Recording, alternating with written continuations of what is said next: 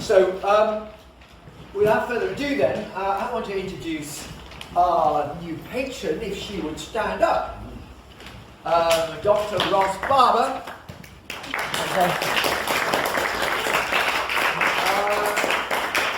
Ros Barber is, of course, very well known for her prize-winning the Marlowe Papers, which I don't know if I'm allowed to say, but I think the PhD conditions were, well, we can't have you just doing the authorship because it's rather contentious. So first of all, just do this creative work of fiction, doing iambic pentameters for an entire half a PhD thesis, which then gained, what was the name of the prize? The Desmond Elliott Prize. Desmond Elliott Prize, and is the Marlowe Papers in verses. But she's the lecturer in creative arts here at Goldsmiths, so she's actually got a better place at the Deptford Town Hall that she lectures to all the time. So if you come back, she is your Goldsmith link, and also creative writing. Lots of things coming out, and a new book coming out. We deliberately gave the wrong title slightly for her today. We put it as Reimagining Marlowe, but only to emphasise that the book that's coming out next is called Rethinking Marlowe, and that's actually going to be the title of Ros Barber's presentation as our new patron. So I think over to you then. Thank you. And I just want to thank all the members of the society, the committee of the society for making me patron, because it was an enormous honour and an incredible surprise. I am always feeling like I haven't done enough. It's my whole life going, I haven't done enough. Time is running out. We don't live forever. And then suddenly I'm made patron of the Marlowe Society. I thought, I guess I could probably have done stuff then. Maybe I've done enough stuff to be patron of the Marlowe Society. So that it is a great honour, and I know that you were involved in that, and I don't know, other members. And can I extend thanks to you, because yeah. Joanna Le Bon, our previous chairman, really set this up with Ros today, and so I've got a big thank you to my previous chairman too. I really appreciate it. Yes, my PhD, I devised it, but I did devise it as a way of getting around the guard dogs of academia.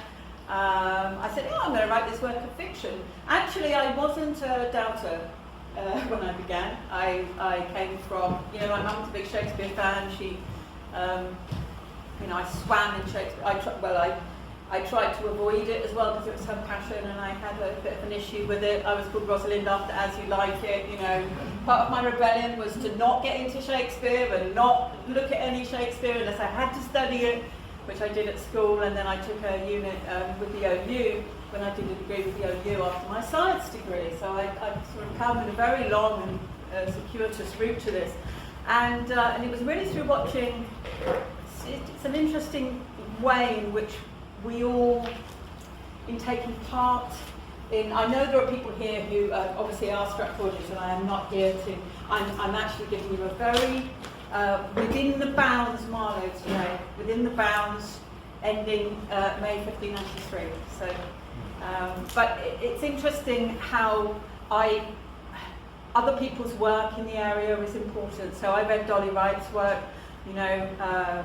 when I was researching, and lots of other researchers have all informed my opinions. But I began with Mike Ribot's Much Ado About Something.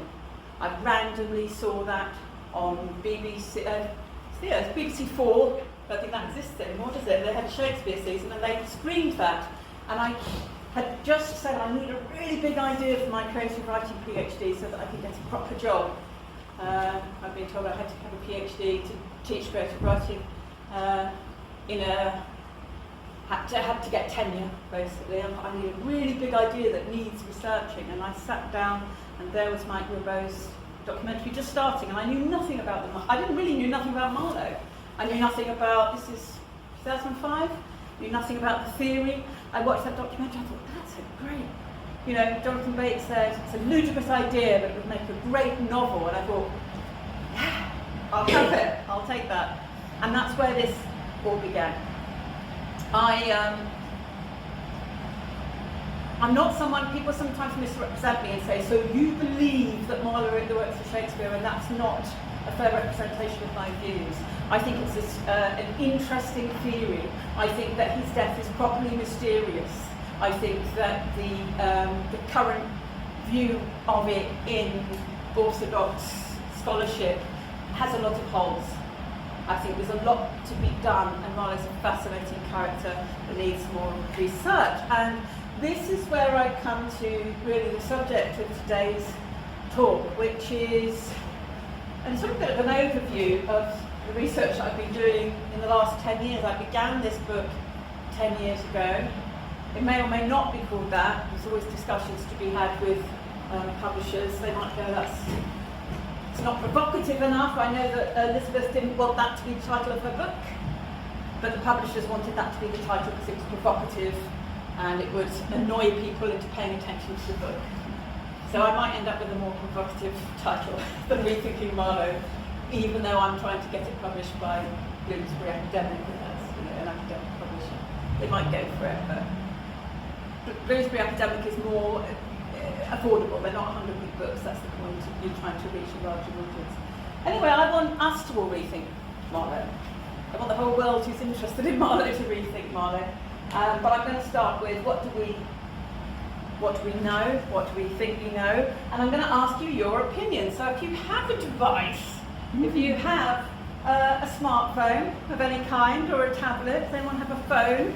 You can take part in the beginning of this talk. Yes, so there's the QR code. If for some reason you can't scan QR codes, you can go to wooclap.com and enter the event code MARSOC24. Let's start by finding out what you think about Marlowe.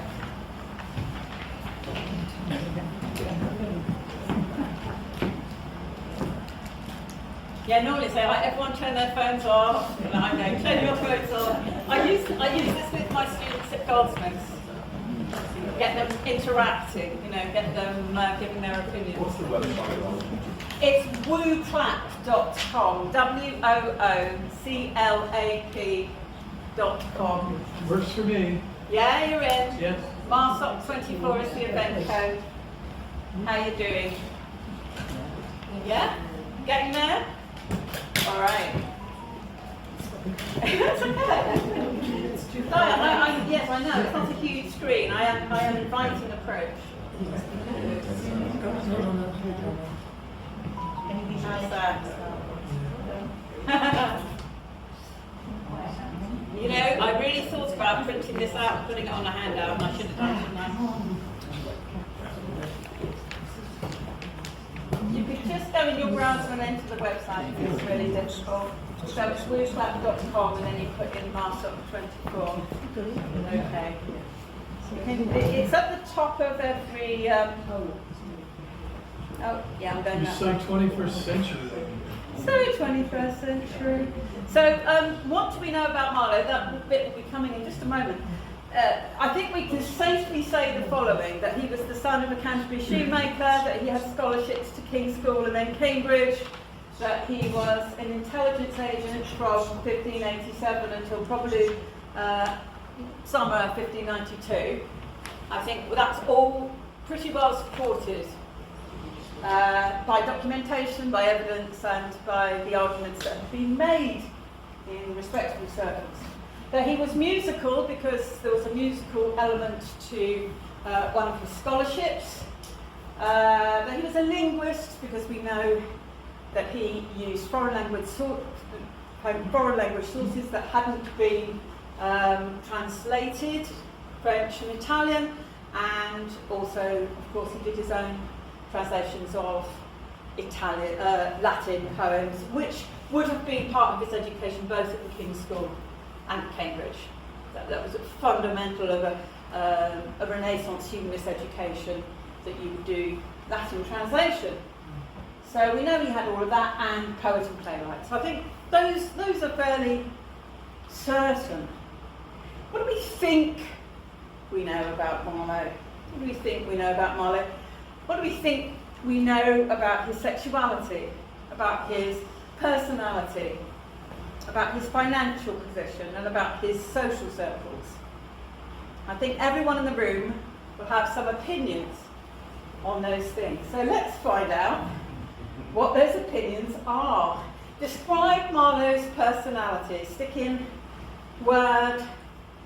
single word answers. And you can have, I think you can put in more than one. I'm being asked for the event code. The event code is MARSOC 24.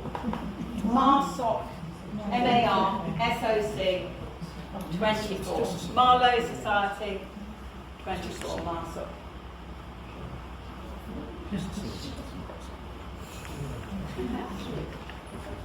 Okay, so we get the word class. So your words appear on the screen.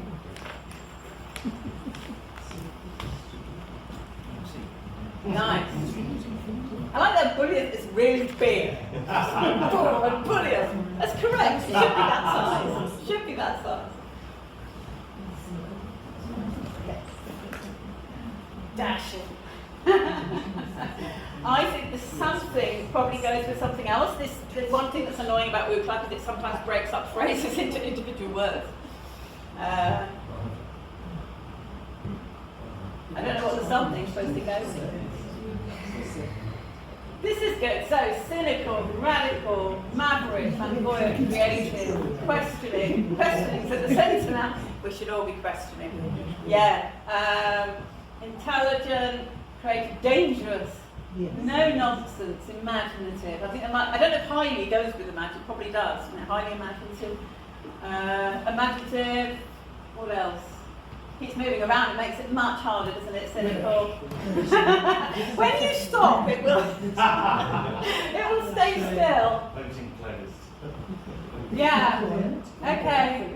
Death wish, ironic, educated, yes.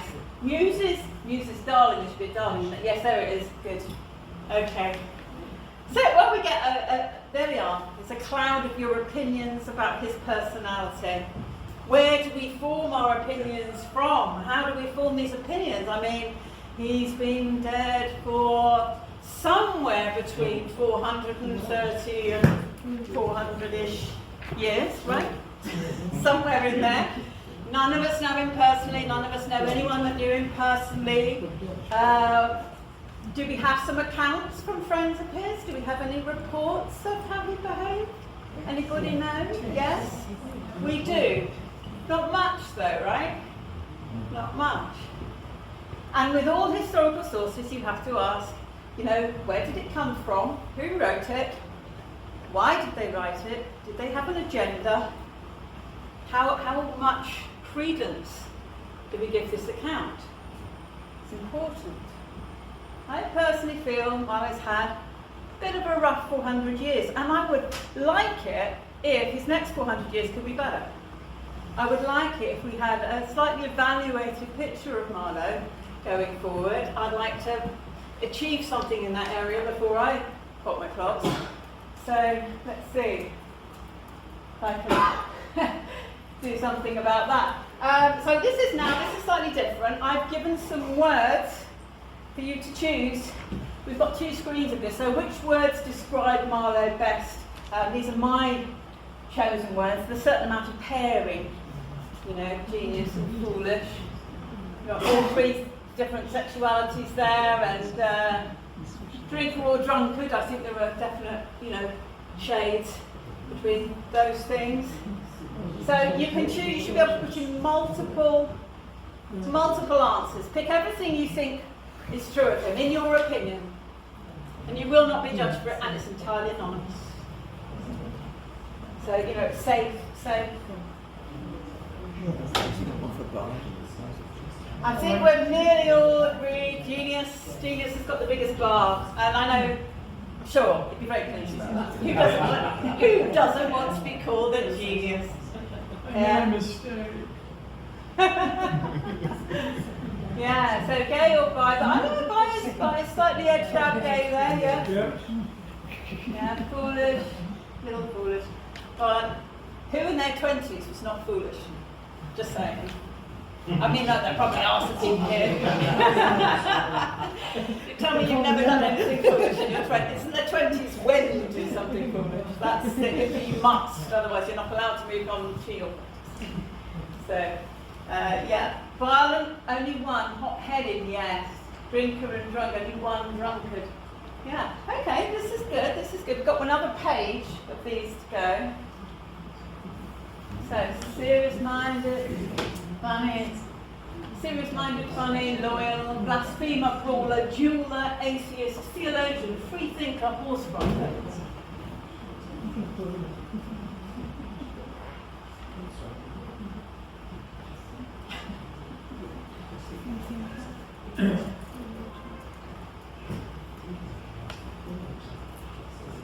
Freethinker, funny, yeah.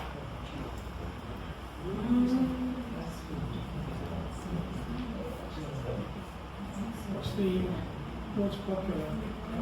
Most popular is freethinker.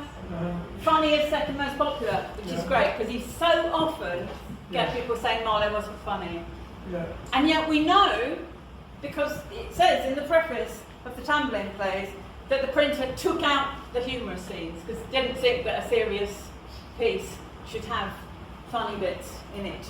And of course, there are the farce scenes in Dr. Faustus, there's the wit displayed in the long poems. You know, he was surely a university wit, and that doesn't just mean intelligence, it also means he was funny. Okay. So good, yeah. This is what we've got. We have got 2 brawlers, we've got 3 horse riders, 3 theologians, 4 atheists, 1 jeweller. Good. Okay. That is the end of, I'm going to just get out of there and go into the next bit. It's because Woodclap doesn't honour my transitions, and it's hard not having no transitions honoured.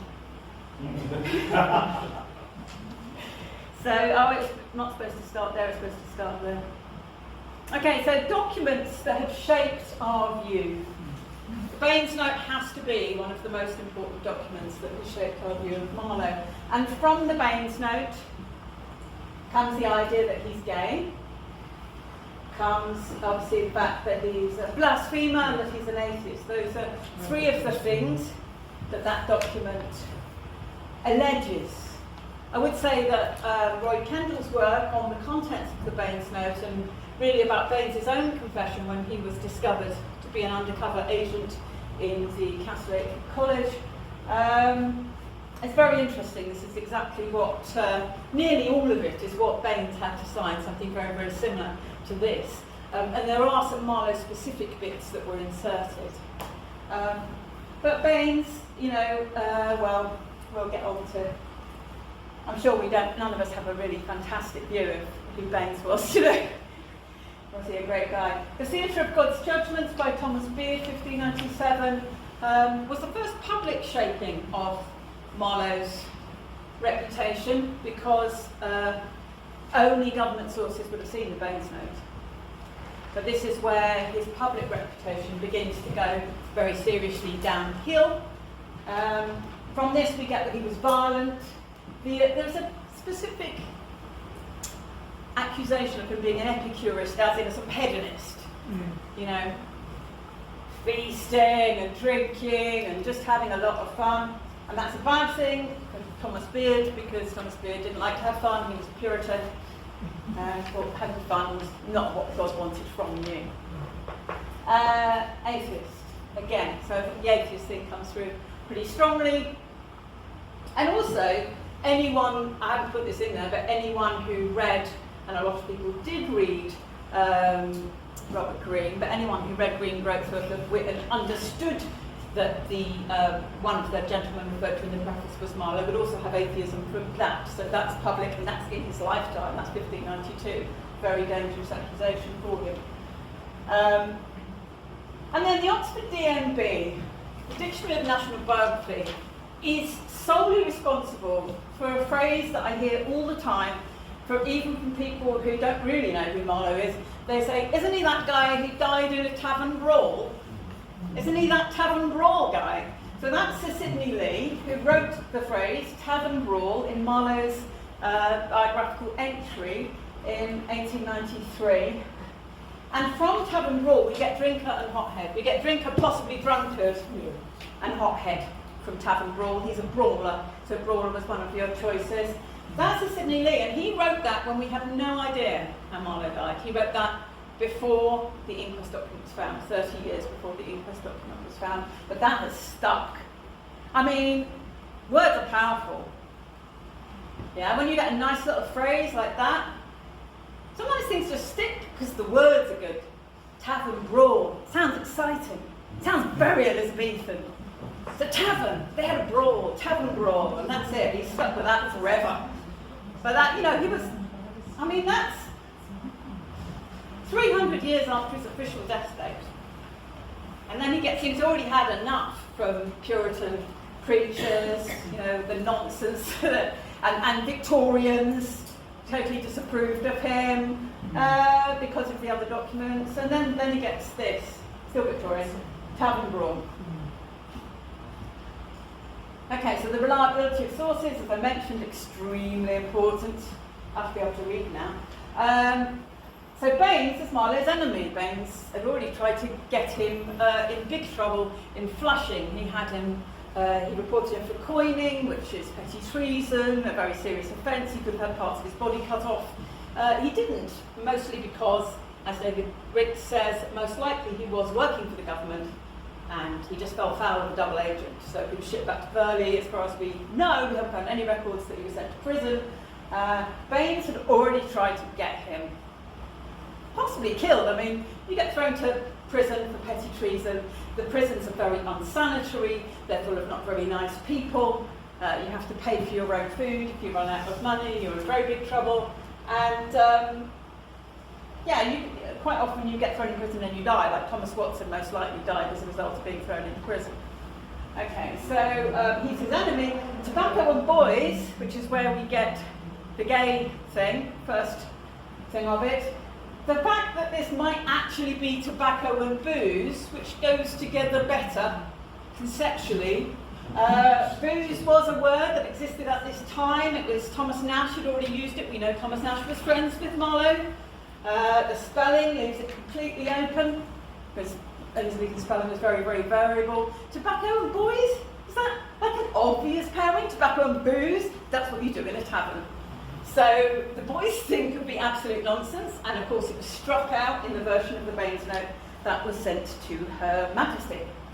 So I think we have to say that the Baines note, as exciting as it is in lots of ways, is extremely questionable. Never mind that most of the content is actually a standard confession of a heretic, the same standard confession that Baines himself signed a few years earlier.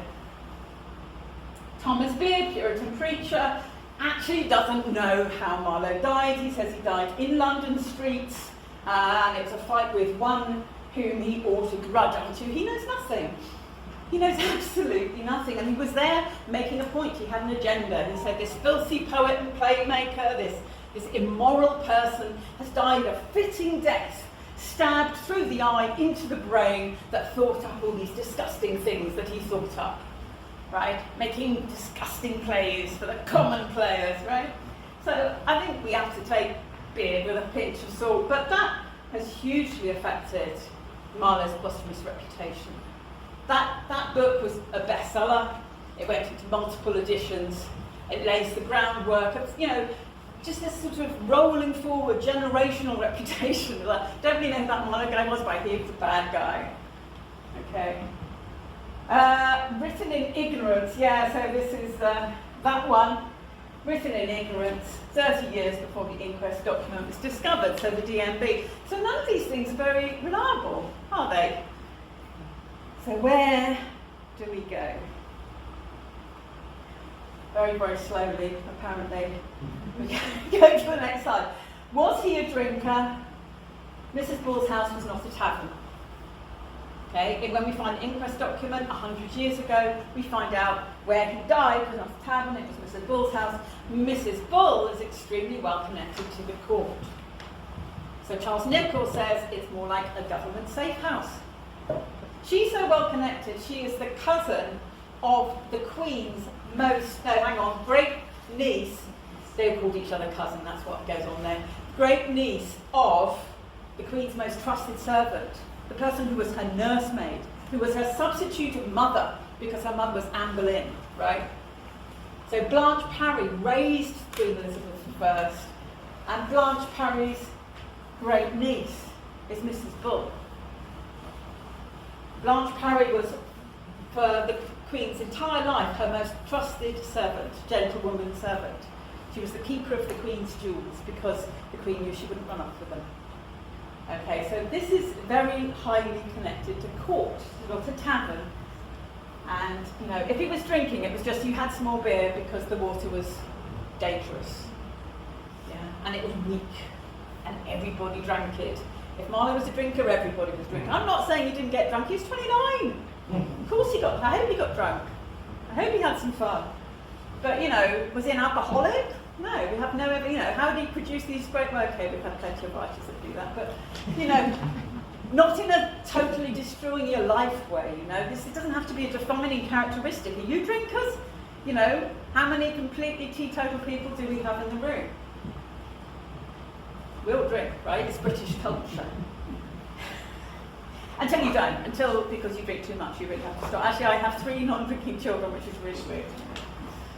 They actually don't like alcohol. I don't know where I went wrong. Was he gay? Baines' note is not good evidence, sorry.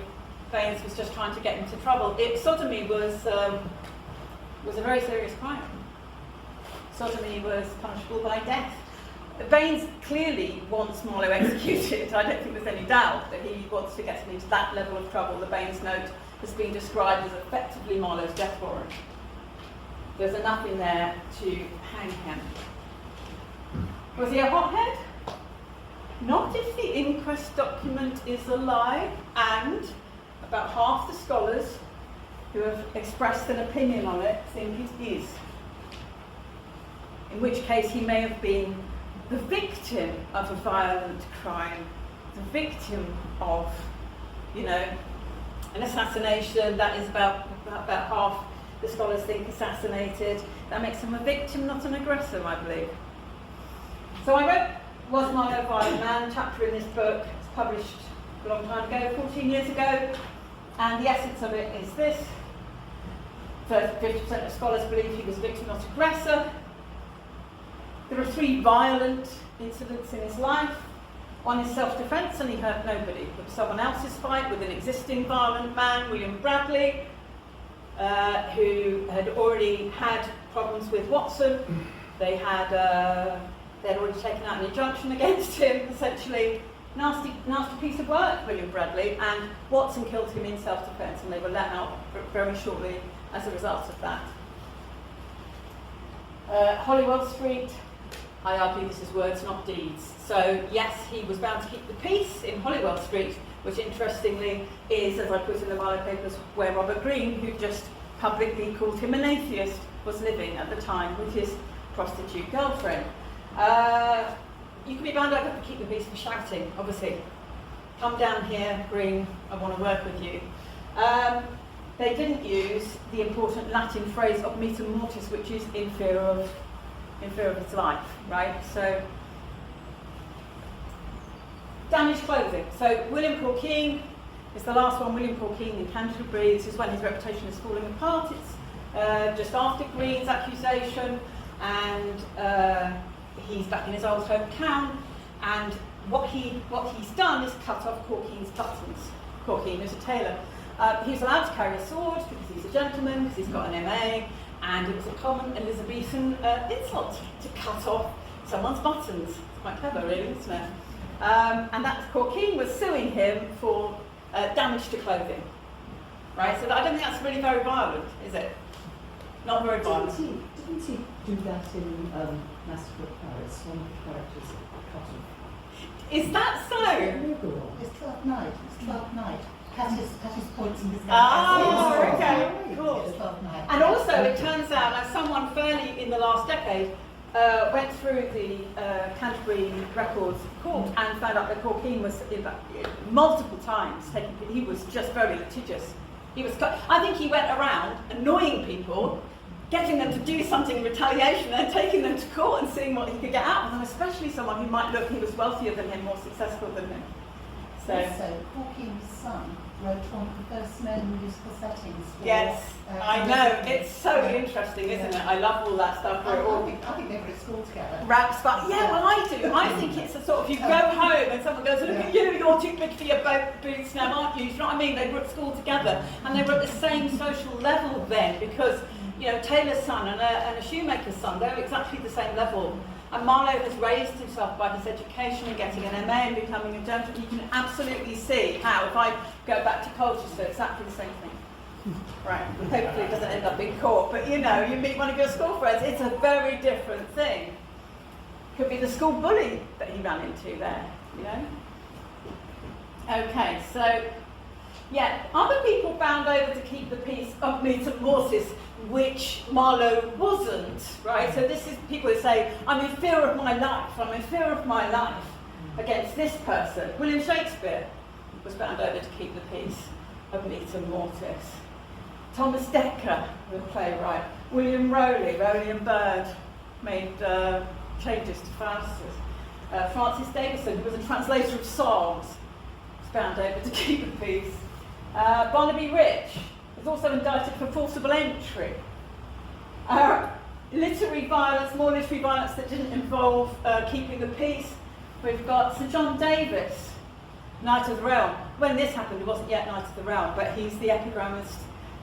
He attacked a man with a bastonado, was banned from Middle Temple, where he actually was living at the time. It was a pretty serious attack. Thomas Hayward was bailed after the hurting and wounding of 3 people. Hugh Holland, who wrote the first folio sonnet, was kept for a bond of £200. That's a lot of money, Elizabethan money, and though we don't know what it was, the size indicates a very serious offence, most likely violent. George Wilkins, I'm sure we all know George Wilkins, though, who's supposed to have Pericles, and I don't think that's true, stamped on a woman he had already beaten up so severely that she had to be carried home in a chair. Right, but he's given some literary credit in this period. Ben Jonson's my favourite, violent Elizabethan, and then Jacobean. Put boy's eye out, killed a man, had teeth of Tyburn branded on his thumb. Also, the poet laureate and writer of Court Masks. So let's just say that killing people in the Elizabethan era did not stop you becoming a royally sanctioned poet. And the reason for all of this is it was a violent age. You had really gruesome, grisly, state-sanctioned murder carried out in the streets. Everybody is affected by that, everybody. What's considered violent, now is very different from what's considered violent then, when your small children walking along the street are going to be exposed to this level of violence and gore. So let's rethink Marlowe's violence. The Hog Lane duel, not brawl, that has already been shown that where it happened was a duelling location at the end of Finsbury Fields. It was about maintaining your honour, protecting your friend's honour, and you did not start it either. Holywell Street, verbal, not physical. Corkeen, humiliation, defending honour, again. Less violent than Ben Jonson and other contemporaries. Let's rewrite this. Social circle, what do we know? Nash, Watson, Kidd, Chapman, Royden. Those are the playwrights that we can directly connect him with from their own testimony or primary sources at the time. Raleigh's man, Sir Walter Raleigh's man, Thomas Heriot, astronomer. Raleigh himself, possibly. From government records, Marlowe read the 80th lecture to him and others, but that's an informant source. People who get paid for informing, and we have to take it with a little bit of a pinch of salt. And the Earl of Northumberland, Henry Percy, and Lord Strain, the future Earl of Derby, Ferdinando Stanley, by Marlowe's testimony when he's arrested in flushing, so we can take those seriously. I think, let's trust Marlowe's word on that. Noble connections don't make much sense, by the way, if he's a violent hothead in the way described. David Mattia's work that was published in 2008 is absolutely critical here. However, Mattia frames it, Marlowe's reputation as a hellraiser and the enfant terrible of the Elizabethan theatre. This is how he frames that. And this is my point, that Marlowe's reputation just is used constantly as a framework through which to see him. And with unfortunate results, I think. So that was the paper, New Sightings of Christopher Marlowe in London. And he discovered 2 court cases in the Public Records Office that hadn't been found with Marlowe in them. One was failing to return a loan, and one was failing to return a horse, which is why I had horse rider in the list. And he also failed to turn up in court when he was supposed to be turning up. So these things become important. New view of Marlowe as a horseman. Okay. Now, too much text, don't read, right? Robert Greene, Parmenides the blacksmith. New view, brothel frequenter. Now, this already existed, 1588. We've known about this section that's got Marlowe in it for a while. Talks about gentlemen poets daring God out of heaven with the atheist handling, prophetical spirits, the spread of Merlin's race, set the end of scholarism in English blank verse here, Dr. Castor's reference, fantastical scholars. People get all of that stuff while not noticing too much frequenting the hothouse, to use the German proverb, had sweat out the greatest part of their wits, him and his friend who's most likely Watson. So, why is that doing that? Don't know. This whole horse thing and brothel frequenter go together in John Davis's epigram in Faustum. Right, some epigrams and elegies by J, as it was D, and CN. So this is Marlowe's translation of the Amores, published together with these epigrams. And we have this one about Faustus. Faustus, not lord, nor knight, nor wise, nor old. Quite a good description of Marlowe. Why would scholars not have ever said this is about Marlowe? And they haven't, apart from me. I'm the only person that has said it.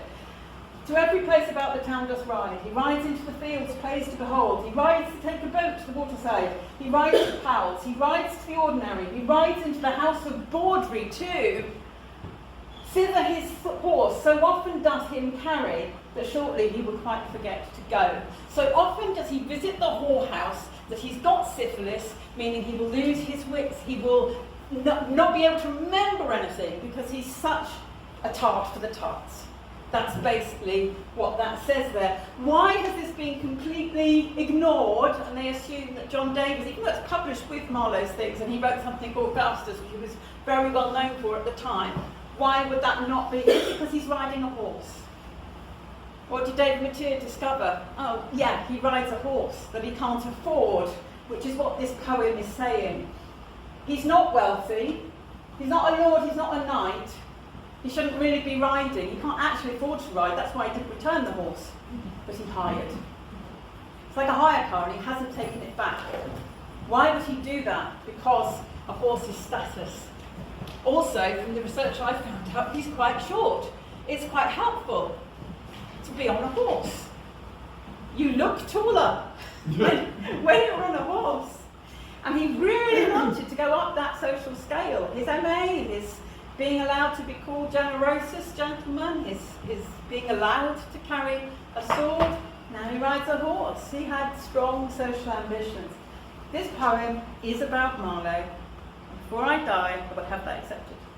All right. I think this room could probably accept it, but it needs to be accepted in academia.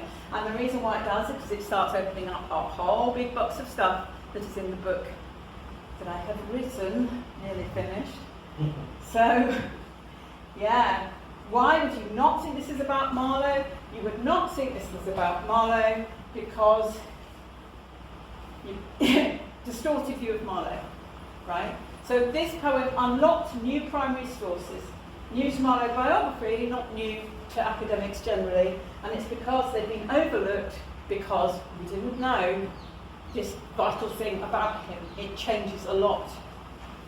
There's a lot of reasons why we've just sort of shut down. Well, that doesn't sound like Marlowe. Our distorted view of Marlowe. Okay, so the new sources lead to this. An elevated and expanded social circle, including Sir John Harrington, Sir John Davis, the Markhams, and through them the Countess of Pembroke.